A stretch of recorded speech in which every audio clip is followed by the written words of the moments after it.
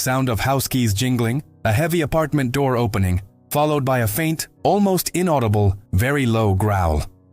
It doesn't start in a dark forest. It doesn't start in the deep jungle. It starts in a place you call home, in your hallway. It's the sound of a familiar jingle, a panting breath, a wagging tail.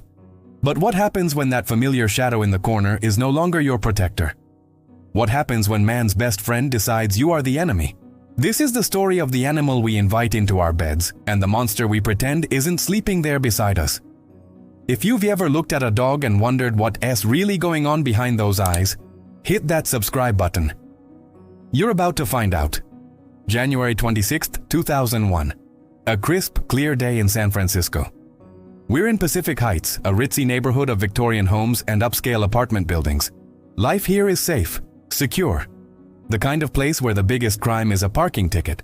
Our story centers on Diane Whipple, a 33-year-old lacrosse coach. She's vibrant, athletic, a picture of health. She's just returning to her 6th-floor apartment, her arms full of groceries. As she puts her key in the door, another door down the hall opens. What emerges from that apartment is not a neighbor. It's a nightmare. 2 of them. Not just dogs. They are Presa Canarios, a breed engineered for combat, for hunting wild boar and guarding cattle. Their heads are massive, their bodies a rippling collection of muscle over a skeleton built like a tank. They look less like dogs and more like primordial beasts. The male, Bane, weighs over 140 pounds. The female is Hera. They belong to her neighbors, Marjorie Knoller and Robert Noel. In the narrow carpeted hallway, Marjorie Knoller is fumbling with the leashes, and then she loses control. What happens next is a blur of savage, unrestrained violence. Bane, the male, lunges for Diane. Not a bite, not a nip, a full-scale predatory assault. He hits her like a linebacker, slamming her against her own apartment door. He latches onto her neck, his jaws, designed to snap the bones of wild pigs, sinking deep. Diane screams. It's a sound that cuts through the quiet, civilized air of the building, a raw, primal cry for help. Hera, the female, joins in, tearing at her clothes, her body. Diane, a top-tier athlete, fights for her life. She manages to push the dogs away for a second, crawling, clawing her way toward her apartment. But she's bleeding profusely. The dogs are relentless. They drag her back out into the hall. This isn't a quick attack. This is a sustained, systematic mauling that lasts for over 10 minutes. Marjorie Knoller is there, in the hallway, but she is utterly useless, or worse, unwilling to intervene effectively. She makes feeble attempts to pull them off, but it's like trying to stop a freight train with a piece of string. The hallway becomes a kill zone. By the time police and paramedics arrive, it's too late. The scene is a horror show. Diane Whipple is barely alive, her clothes shredded, her body bearing 77 distinct bite wounds. Every part of her body except the soles of her feet and the top of her head has been mauled. She dies a few hours later at the hospital. A tragic accident? A case of a dog getting loose. That was the story her owners, Knoller and Noel, tried to sell. They claimed their dogs were gentle, loving pets. They even had the audacity to suggest that maybe Diane Whipple had done something to provoke them.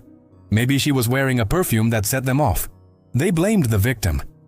But as investigators started digging into the lives of this bizarre couple and their 2 monster dogs, the story of a tragic accident fell apart. It was replaced by a twisted tale of negligence, psychopathy, and a dark connection to one of America's most violent prison gangs.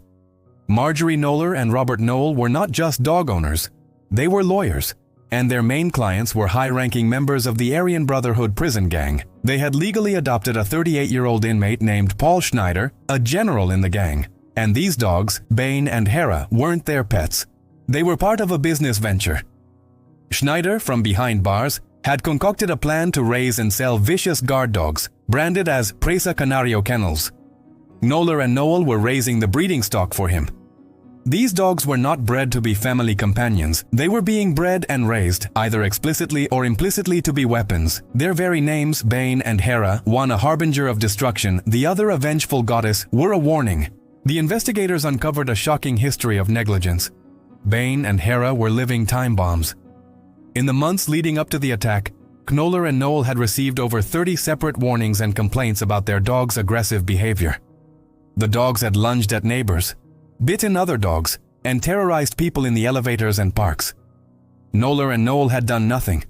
They dismissed every warning with arrogance. They wrote letters to other residents, boasting about the dog's power and blaming anyone who was scared of them for being weak. They knew exactly what they had. They knew the dogs were a lethal threat. They had even taken out a massive insurance policy on the animals, something you don't typically do for a gentle family pet. This wasn't just a dog attack. This was a homicide. The dogs were the weapon, but Marjorie Knoller and Robert Noel were the ones who had loaded it, aimed it, and taken the safety off. The prosecutors agreed. In a landmark legal decision that sent shockwaves across the country, they charged Marjorie Knoller, who was present during the attack, with second-degree murder. They argued she had a conscious disregard for human life. She had brought an animal she knew was capable of killing into a public space, lost control, and then watched as it tore another human being to pieces. The trial was a media circus, exposing the strange, dark world of the couple and their prison gang connections. The evidence was overwhelming. Jurors heard harrowing testimony from neighbors about their own near misses with the dogs. They were shown the grisly crime scene photos. And they saw Marjorie Knoller on the witness stand, defiant and without a shred of remorse. The jury found her guilty of second-degree murder. Her partner Noel was found guilty of involuntary manslaughter. The case of Diane Whipple changed the law and public perception forever. It was a terrifying confirmation of our deepest fear, that the animal living among us can, under the wrong circumstances, revert to its primal predatory instincts. But the real horror of this story isn't the dogs. Animals, even powerful ones like Presa Canarios, are a product of their environment, their training, and their genetics. The real monster in this story was human. It was the arrogance, the ego, and the profound lack of empathy of the two people holding the leash. They didn't see a potential victim in Diane Whipple. They saw an inconvenience. And they didn't see two dangerous predators in their care. They saw a status symbol. That day in the hallway, it was human failure that unleashed the beast. The case serves as a chilling, bloody reminder that the deadliest thing about a dangerous dog is often the person at the other end of the leash. If this deep dive into one of history's most terrifying attacks has you rethinking what it means to be a pet owner, show your support by hitting that like button and subscribe for more stories where the line between man and monster gets terrifyingly blurry.